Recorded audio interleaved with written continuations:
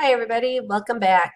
We're going to get into what makes up molecules and compounds. So when two atoms of the same type come together, they they are called a molecule. And so the example down here is a hydrogen atom and a hydrogen atom make hydrogen gas, and that's a molecule. Um, Anytime atoms come together forming molecules, Um, this occurs through a chemical reaction, and within that chemical reaction, they're going to either be sharing electrons or they're going to be giving up electrons. In this case, hydrogen gas would share electrons through a covalent bond. And this is just a cartoon that I found on Google Images, and I thought was cute because here's a blood cell taking in oxygen gas. So compounds are two or more atoms of different elements that combine chemically. So over here, I found this also on Google. I have an extra, so this is sodium and chlorine together. I only have 17 electrons. I'd feel so much better if I had one more. And then sodium says, oh, I have an extra one here. You can have it. So this is another type of bond, whereas hydrogen and hydrogen making hydrogen gas is a covalent. This would be a form of an ionic bond. And in this case, this would make a compound because you have atoms of different types coming together. Hey, Frank, stop. I have another dog. I know I showed you Dudley, but Frank is my other dog. If he comes in here, I'll show him in our next video maybe. Chemical reactions occur when atoms combine or when atoms dissociate from each other. And the chemical bond that occurs contains energy. If it breaks, it releases that energy. And so this is where I like to talk about the octet rule. So the octet rule, all atoms want their outer valence shell to be filled, and in general the outer valence shell can hold 8. That's not always true, but in the human body, the atoms that we deal with, typically 8 is the magic number to fill up the outer valence electron shell. There are examples. Hydrogen's an example. Hydrogen only wants 2. But in general, 8 is the magic number, and that's where we get the octet rule, okay?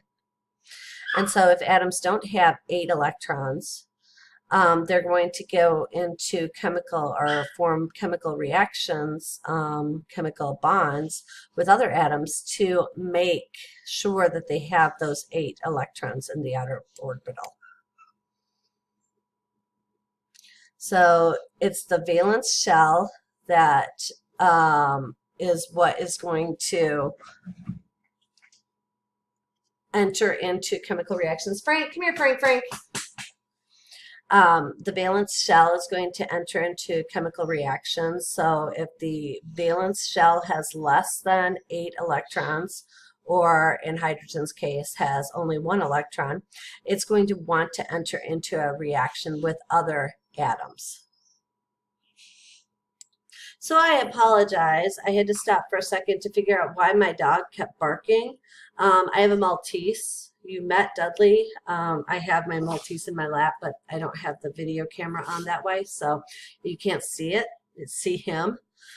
He was behind the gate, and he's not big enough to open the gate on his own or anything, so he sat there crying the whole time. So apologies about that. So let's go on. What are the types of chemical bonding that we have? We have ionic bonds. Ionic bonds occur when atoms give or take electrons, producing ions. And then we have polar covalent bonds, where atoms share electrons, but one atom has more of a pull for those electrons than the other. Nonpolar covalent bonds, where both atoms equally share the electrons, and then hydrogen bonds, which are a special type of bond that I'll show you in a little bit. So here we are showing an ionic bond, and you saw it in that cartoon, but this is actually what's going on. Sodium has 11 electrons, and chlorine has 17 electrons. So if sodium gives one electron, its outer orbital loses that one electron, and then this becomes the outer orbital, that second orbital, and it's full. Chlorine takes it, and that now it also has 8 in its outer orbital, and so they form a bond because opposites are attracted to each other. And so we have one positively charged ion and a negatively charged ion. A positively charged ion is called a cation. A negatively charged ion is called an anion. And so ions result when you lose or gain electrons. And I just mentioned this. Anions have a negative charge, cations have a positive charge. And they tend to stay close together. So non-polar covalent bonds are bonds where atoms share equally. So our gases, like oxygen gas, hydrogen gas, they have an equal pull for those electrons. Each of their nucleus, the nucleus of each atom, is the same size, so the electrons aren't attracted to one or the other more.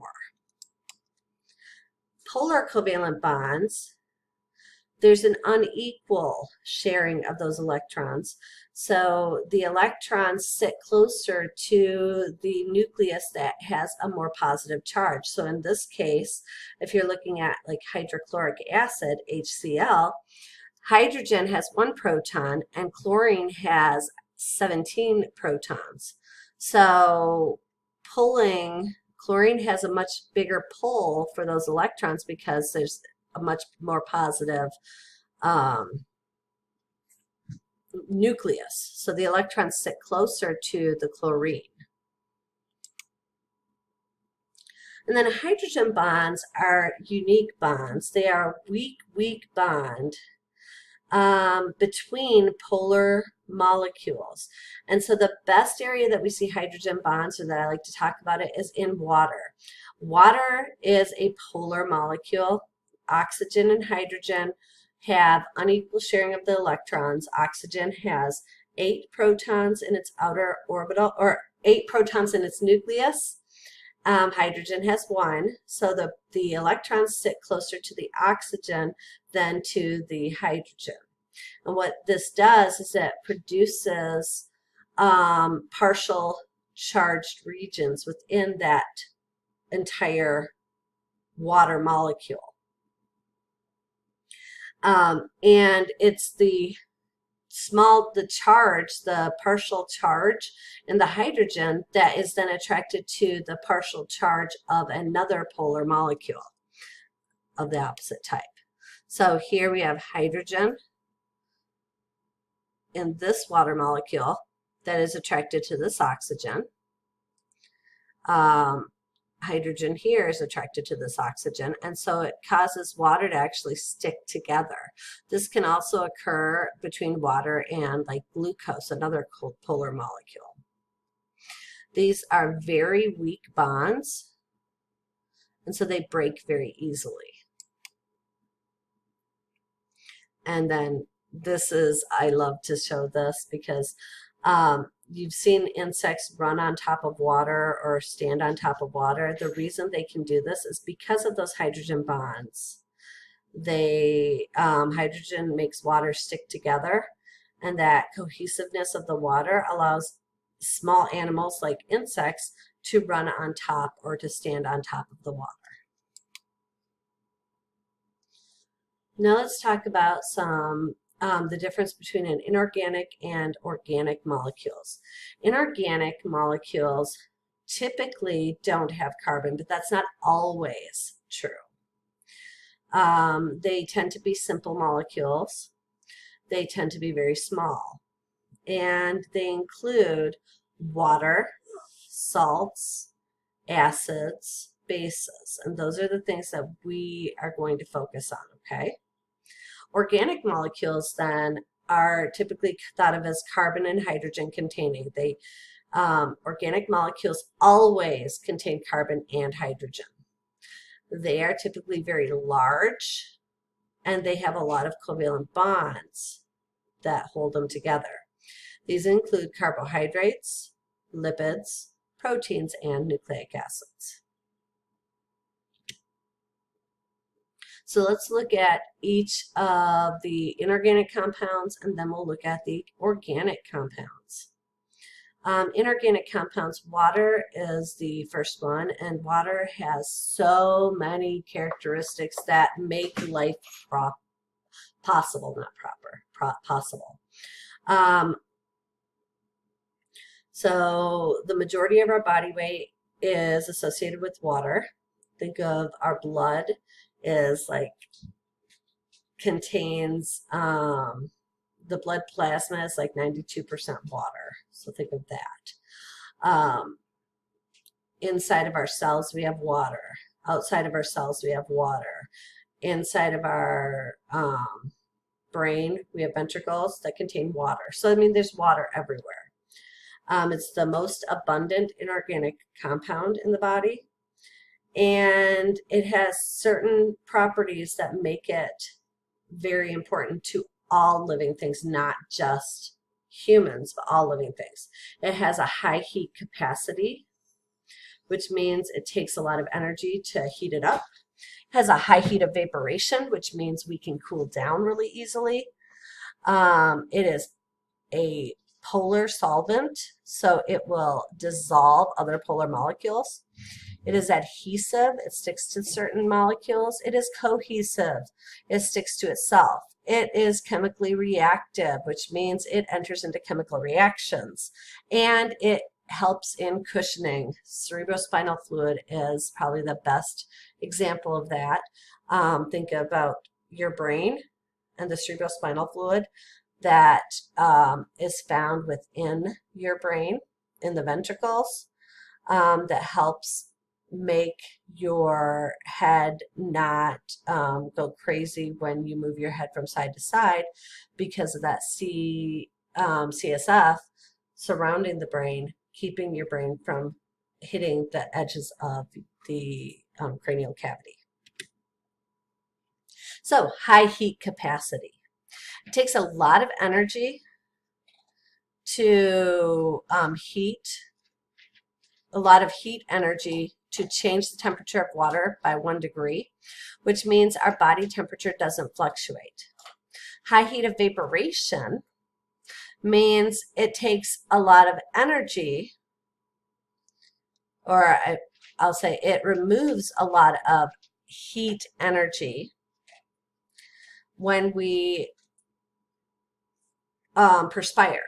So when we get very hot, that heat goes to the surface of our skin, and then we perspire. As the sweat evaporates, it pulls with it that heat energy, cooling our body off. Adhesion, the ability to stick to other molecules. So adhesion in our blood, the ability to move materials from one area to another area of the body. In our blood, we are always pulling nutrients and wastes throughout the body and dropping them off where they belong. The pleural membrane, the pericardial membrane also, because we have this fluid within that membrane, that fluid keeps our lungs and our heart from any damage because of the adhesive properties. So cohesion, tendency of molecules to stick together, water. Water is very cohesive, so it has the ability to move materials, move throughout. As water moves, it pulls more water, which is why blood can flow so easily. And then because of the adhesive properties, it also pulls other molecules with it. Water is the universal, hold on a second. Water is the universal solvent. Molecules that will dissolve in water are called hydrophilic substances. They dissolve in water. They're also known as polarized or water-soluble substances. Hydrophobic substances can't dissolve in water, and so they're going to run away from the water. That's what this whole cartoon is, right? Hydrophilic, we love water. Hydrophobic, we're scared of water. It's just kind of cute little cartoon that I found on Google. But the idea behind it is fats are hydrophobic, so they're not going to dissolve in water like your carbohydrates or proteins will. Water enters into chemical reactions, so water ionizes into hydrogen ions and hydroxide ions, but water can ionize other substances too. So here we have sucrose. Sucrose is typically thought of as table sugar or known as table sugar. Water enters into this reaction and can break sucrose into glucose and fructose, which then can be absorbed by our body. So that's an example of a chemical reaction through water ionization. Here is, I love this picture. It's so cute. Here we have one molecule that has an OH on it, and here's another molecule with OH. If we pull the HOH or water out, we can bind these two together. That's another chemical reaction in which water is producing a bond because of dehydration.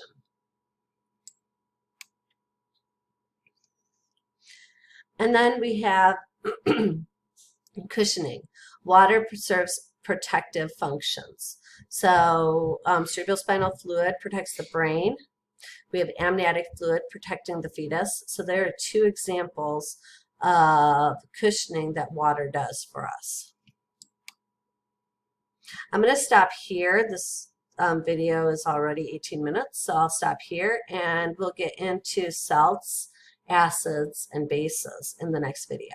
Bye.